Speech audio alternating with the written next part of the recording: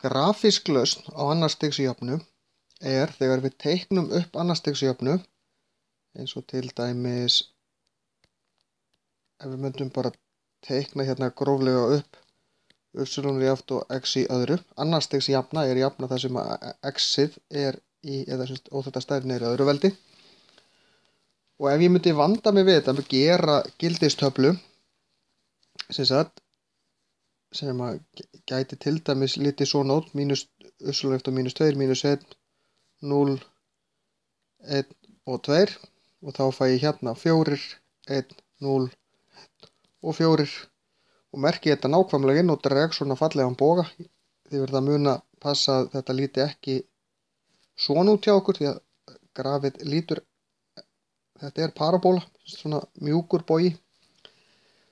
Og þá get ég nokkurn veginn, ef að ég set inn x til dæmis jaft og 3, þá á ég að geta lesið nokkurn veginn út. Eina leiðin til þess að geta gert þetta af einhverju viti er að teikna þetta upp í forriti. Því að þetta er svolítið erfitt að fá nákvæm gildi. En ef ég set hérna x gildi þá sé ég hvaða y gildi ég fæ út bara með því að lesa á kvarðan hér.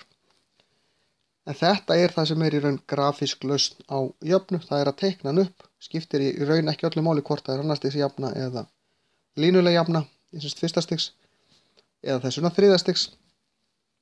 Það er líta stundum lítið einhvern veginn svona út, þeir geta lítið svona út líka.